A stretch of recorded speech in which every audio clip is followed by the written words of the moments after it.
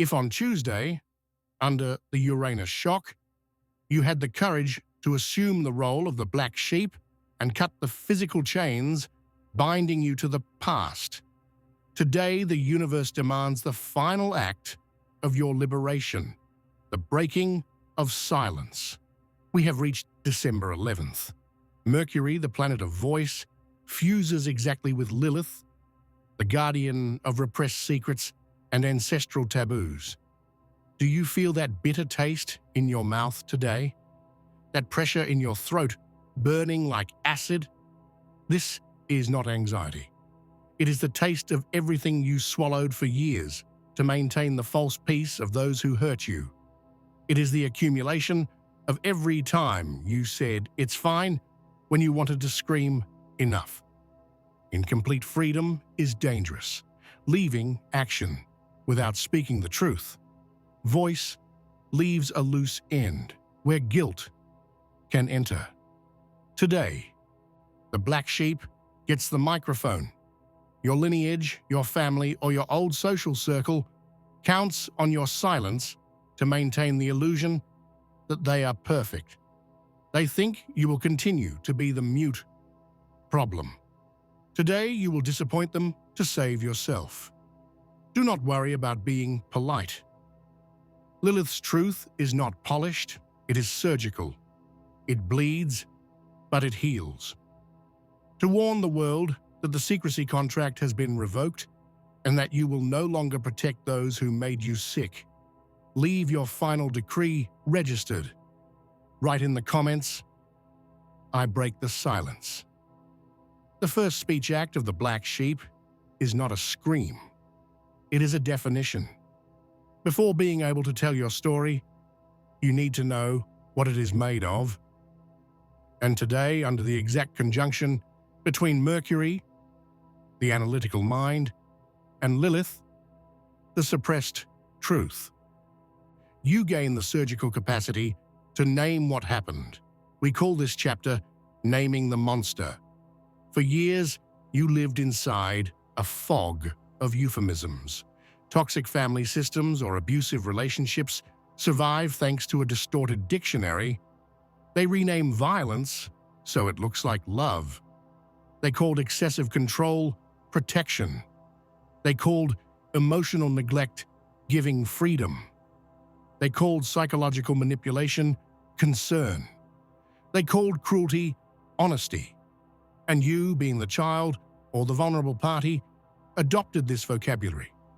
You learned to call poison medicine, to manage to swallow it. You felt something was wrong. Your body, as we saw in Gemini, always knew, but you didn't have the right words to describe the error. And without the right word, you had no defense. Today, Mercury returns the real dictionary to you. The energy of this transit cuts through semantic confusion. You will look at the past and, suddenly, the correct label will stick to the memory. You will realize that wasn't protection, that was false imprisonment. That wasn't a joke, it was public humiliation. That wasn't tough love, it was narcissistic abuse. Naming the monster is the most powerful magic act that exists. In ancient legends, it was said that if you knew a demon's true name, you would have total power over it. This is psychologically real. As long as pain has no name, it is a diffuse ghost haunting the whole house. It is a bad feeling that leaves you anxious and confused. The moment you point your finger and say the true name, this is manipulation, the ghost materializes into a monster. Is the monster ugly? Yes. Is it scary to see naked reality? Yes. But a concrete monster can be fought, can be locked outside, can be expelled. A nameless ghost cannot be fought. Today, Lilith gives you the necessary coldness to stop softening the narrative. You will feel a physical refusal to sugarcoat things. Perhaps you spent your life saying, "My parents were complicated." Today, your throat will want to say, "They were cruel." Perhaps you say, "My ex was intense." Today you will correct it to, "He was dangerous." This change of vocabulary will shock those around you because it breaks the pact of silence. The system counts on your politeness. They count on you continuing to use cute words to describe hell. When you use the real word, you break the spell of gaslighting. You validate your own perception. You say to your inner child, "You weren't crazy. What you saw was real." And it has a name. Do not be afraid of the hardness of these words. They are the iron bars you will use to build your new reality. Spend the day today reclassifying your mental files. Take off the false labels they stuck on your memories. Look at every scar and say the name of the weapon that caused it. This hurts, but it is clean pain. It is the pain of draining an infection. By naming the monster, you take it out of you and put it outside, where it belongs. It ceases to be who you are and becomes just what happened to you. And that distinction is the basis of all freedom. After giving the true name to the monster that hurt you, you face the immediate retaliation of the system you are denouncing. Every dysfunctional family, every toxic relationship, and every stagnant tribe needs a scapegoat to maintain its cohesion. When you stop carrying the guilt in silence and start speaking the truth, the system panics. And to protect itself, it changes the narrative instantly. The victim, you, is renamed the aggressor. The one who asks for respect is called arrogant. The one who asks for space is called selfish. The one who remembers the facts is called crazy. Today, under the conjunction of Mercury and Lilith, you need to accept the hardest and most liberating role of your life. You will have to be the villain in their story. We call this the speech of the villain. For years, the black sheep tried to avoid this title. You twisted yourself, explained yourself, apologized for having feelings, softened your voice, and desperately tried to prove you were a good person. You thought that if you explained calmly enough, they would understand that your pain was real. That was your greatest naivety. A system that feeds on your submission will never give you the good person certificate if you stop serving. To those used to using you, your no sounds like a deadly attack. Today, you give up on being understood. You give up on being the nice granddaughter, the grateful employee, or the patient partner. You look at the narrative they created, the narrative that you are ungrateful, difficult, and unstable. And instead of fighting it, you wear it like a crown. If being free means being bad in the eyes of those who want to trap me, then I will be bad. If having mental health means being selfish in the eyes of those who want to drain me, then I will be selfish. If telling the truth means being crazy in the eyes of those who live in lies, then I will be crazy.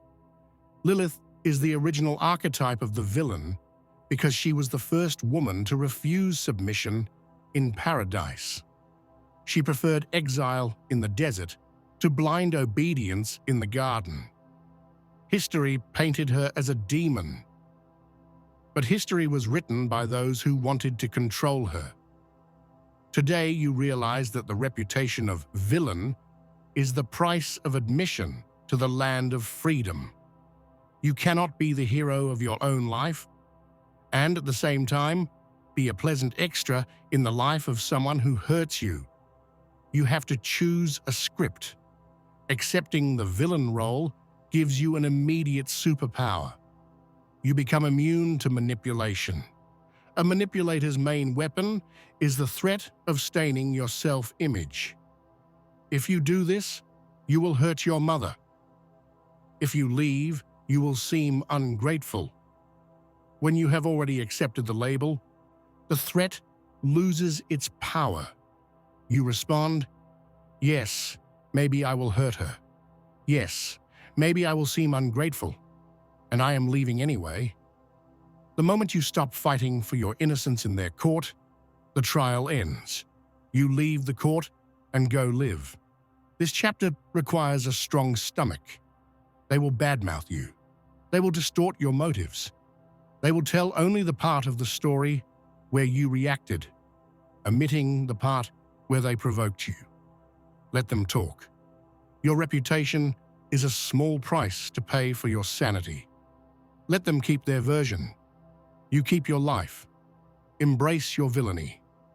It is just your sovereignty seen through the eyes of someone who lost control over you. After naming the monster and accepting the villain role, the black sheep advances to the most dangerous and necessary phase of this Mercury Lilith transit, violating the pacts of silence about dirty subjects. We call this breaking the taboo. Every family, every company, and every sick relationship has an elephant in the room. It is that subject sitting there, taking up all the space, stinking, destroying the furniture, but which everyone tacitly agreed to pretend they don't see. The number one rule of a dysfunctional system is, we don't talk about that. We don't talk about the money the uncle stole. We don't talk about the father's addiction. We don't talk about the betrayal everyone knows happened. We don't talk about the abusive dynamic disguised as tradition. We don't talk about who touches whom inappropriately. Silence is the glue holding the rotten structure together. If someone speaks, the roof falls. Today, you are bringing down the roof. Lilith specifically rules humanity's three great taboos: sex, money, and power, death. She was exiled from the original myth precisely because she wanted to talk about equality of power and sexual pleasure. She refused to stay under. And today, her energy in your throat will give you the suicidal courage to bring these themes to the surface. You will feel a physical urgency to ask the question that stops Sunday dinner. Where did the inheritance money go? Why do we pretend this aggression didn't happen? Why am I forced to hug the person who hurt me? Breaking the taboo is not a civilized conversation, it is an act of war. When you touch the clan's open wound, the reaction is immediate and violent. They will try to silence you with shame. They will say, that is the past. Dirty laundry is washed at home. You are crazy. Respect your elders. These phrases are the cell locks. Dirty laundry is washed at home is the abuser's code to ensure no one outside knows what happens inside. Today you will answer, no, dirty laundry is thrown away if it cannot be fixed, and I will no longer keep your secret. You, as the black sheep, were trained from childhood to be the vault of secrets. You absorbed the house's tension. You heard the heavy confidences from one side and the other. You kept the adults' emotional trash to try to keep the peace. You thought that was your function, to be the filter, the lightning rod, the repository. Today, Mercury opens the vault door, and everything that was stored will leak. This leak is terrifying. Your heart will race. Your hands will sweat cold. The fear of retaliation is real because those who keep secrets have power, and those who expose secrets become targets. But understand the physics of the soul. A secret is a tumor. As long as you keep someone else's secret, or the system's, you are allowing that poison to circulate in your blood. You get sick to protect the reputation of who made you sick. This is the height of self-abandonment. By breaking the taboo today, you are not gossiping. You are performing surgical drainage. You are taking what was dark damp and moldy in the basement of your history and dragging it into the midday sun. The sun is the best disinfectant there is. Yes, it will smell bad. Yes, it will be ugly. Yes, people will be horrified by the exposed dirt. But it is the only way to clean. Do not worry about elegance today. Lilith is visceral. If the truth comes out screaming, so be it. If it comes out with tears, so be it. If it comes out with curse words, so be it. The important thing is that it comes out. You are returning the shame to its rightful owners. The shame of abuse belongs to the abuser, not the victim. The shame of the lie belongs to the liar, not to the one who was deceived. By speaking the unspeakable, you transfer the load, you leave light, and they are left with the weight of the reality they tried to hide. The taboo broke. The law of silence has been revoked. If breaking the taboo was about the content of what you say, this chapter is about the frequency of how you say it. With the conjunction of Mercury and Lilith, you will experience a biological change in your larynx. We call this the awakening of the visceral voice. Think of the voice you used for most of your life, especially around your family or authority figures. It was probably a head voice, slightly higher pitched than your natural tone, accelerated, full of hesitations, nervous laughter, and questioning inflections at the end of affirmative sentences. It was the voice of the good girl or the good boy. This voice is not natural. It is a defense mechanism called fawning. It is the voice we use to signal submission. I am not a threat. Please like me. Please don't hurt me. Today, under the wild influence of Lilith, this voice dies. You will feel your voice drop into the body. It descends from the head, passes through the throat, and settles in the solar plexus and the womb. When you open your mouth today, the sound that comes out will be deeper, slower, and frighteningly calm. It is not the calm of peace. It is the calm of the predator who does not fear the prey. It is the calm of someone who doesn't need to shout to be heard, because they know they hold the truth. The visceral voice does not ask for permission. It does not use social buffers. You will notice that you stopped using filler words, like, you know? You stopped justifying your sentence before even finishing it. You say, I am not going. Period. No explanation, no excuse, no fake smile to soften the blow. The silence that follows your speech no longer makes you uncomfortable. It makes others uncomfortable. And you sustain this silence by looking into their eyes, waiting for them to deal with the reality you just put on the table. This change in tone is what scares the system around you the most. They were used to your shaky voice, which could be interrupted, corrected, or ignored. Lilith's visceral voice cannot be interrupted. It carries physical electricity. When you speak from this deep place, people feel a vibration in the air. They stop. They pay attention, not out of respect, but out of a primitive instinct of alert. They realize the power dynamic has changed. Lilith connects the brain, Mercury, to instinct, womb, stomach. This means you lose the filter of politeness. If someone attacks you passive-aggressively, your response will be immediate and cutting. You won't take it home to think about what you should have said. You will say it on the spot. Your body takes control of the conversation. If you feel anger, your voice will tremble with anger, and you won't try to hide it. If you feel disgust, your voice will express repulsion. The black sheep has stopped feigning composure. The authenticity of emotion is the weapon. Many will call you aggressive or rude today. Understand, to those used to your submission, your assertiveness sounds like aggression. To those used to your silence, your voice sounds like noise. Do not try to soften the tone. Do not try to go back to the head voice to make them comfortable. Your old voice was the voice of a child asking for approval. Your visceral voice is the voice of an adult establishing territory. Use this voice to redraw the boundaries of your life. Say the no's that have been stuck in your throat for 10 years. Say the is that were suppressed.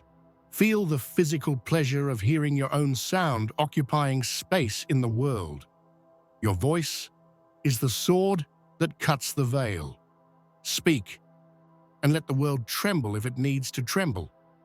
After finding your visceral voice and breaking the taboo, you reach the decisive moment of December 11th. It is the point where communication ceases to be an exchange and becomes a decree. We call this stage the final sentence. Throughout your life as the black sheep or the peacemaker of the system, you operated under the illusion that everything was a debate. You believed that if you explained your side clearly enough, the other person would understand. You believed that if you showed how much it hurt, they would apologize. You entered endless, circular, and exhausting conversations, trying to negotiate your right to be treated with dignity.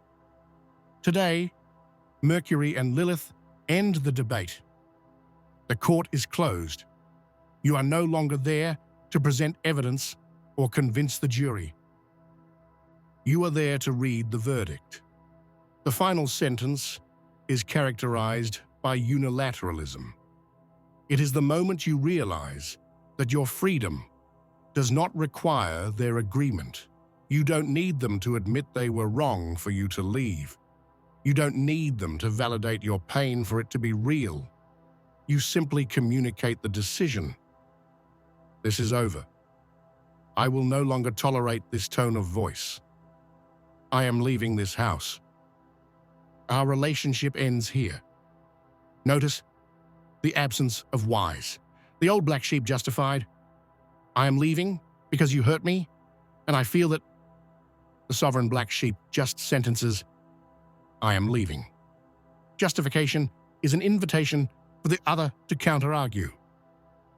When you give your reasons, you are handing over ammunition for them to say your reasons are invalid, exaggerated, or crazy. Lilith teaches you the strategy of strategic silence.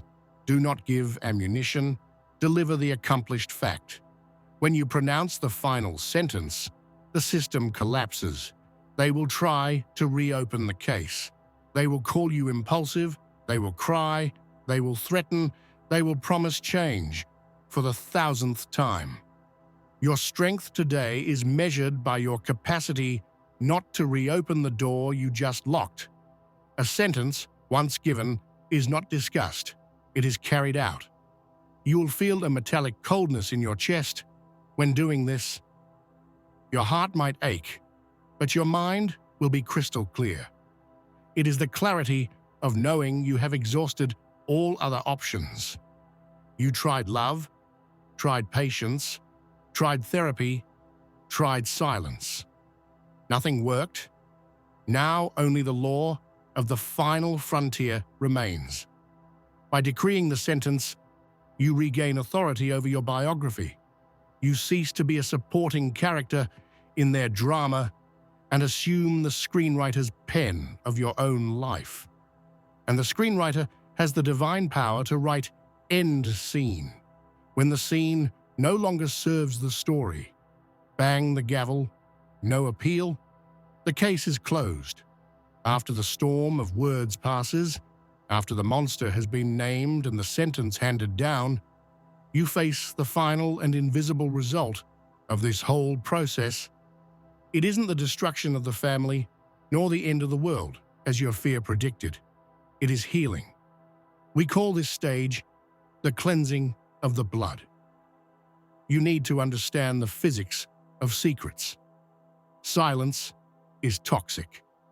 When a family or a system keeps a trauma in the dark, it doesn't disappear.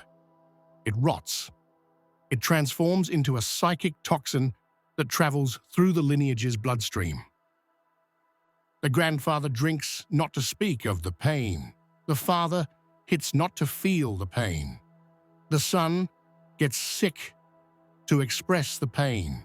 The poison changes shape, but keeps circulating, infecting generation after generation. Until you arrived, the black sheep is not a genetic accident. It is an immune response. You were born with an inability to tolerate the toxin. Your body rejected the lie. Your throat closed in the face of hypocrisy. Today, by breaking the silence and exposing the visceral truth with Lilith's help, you performed an ancestral hemodialysis. You opened the wound. Yes, it bled. Yes, it was ugly. But by doing this, you allowed the pus that had been accumulating for decades to finally come out.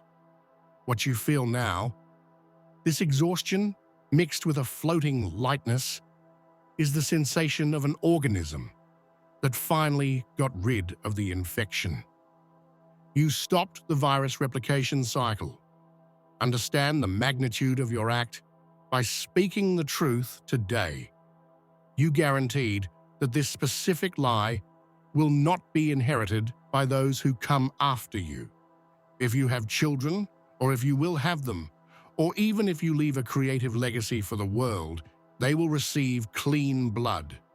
They won't need to carry the secret of abuse, the shame of bankruptcy, or the weight of appearances, because you had the terrible courage to resolve this in your generation. The curse stopped at your throat. It died in your mouth. You might look at the rubble of relationships that didn't survive your truth and feel grief. It is natural, but do not confuse the death of a sick relationship with the death of love. What died was the parasitism. What died was the farce. You cleared the ground. Your ancestors, those who suffered in silence and died, choking on their own words, look at you now, not with judgment, but with relief. You said what they couldn't say. You screamed the scream that was stuck in your lineage's trachea for 100 years. Accept the title of the curse breaker. Was the price high? Yes. It cost your reputation as a good girl or good boy. It cost the comfort of ignorance, but the reward is cellular integrity. You can sleep today knowing there is nothing hidden in your basements anymore. The blood runs clean. Your voice washed your history. You are the cure your system needed, even if the system screams while being healed. The act is done, the word has been spoken, and the spell of silence, which held your life in captivity, finally broke. You might feel postpartum tremors now, but know that this is just your body adjusting to the unbearable lightness of no longer carrying the dead weight of secrets that were never yours. The reputation of being difficult, intense, or a villain that you gain today is actually your Medal of Honor. It signals to the world that you have become uncontrollable, and being uncontrollable is the only safe state for a soul that decided to be free. Never again swallow the poison to protect who served it. Never again lower your tone to fit the comfort of those who prefer you mute. Your voice is the sword guarding the gate of your new life. Keep it sharp. To seal this decree of freedom and warn the universe that the era of submission is over forever, leave your final signature. Write in the comments, "I break the silence." You spoke. The world changed.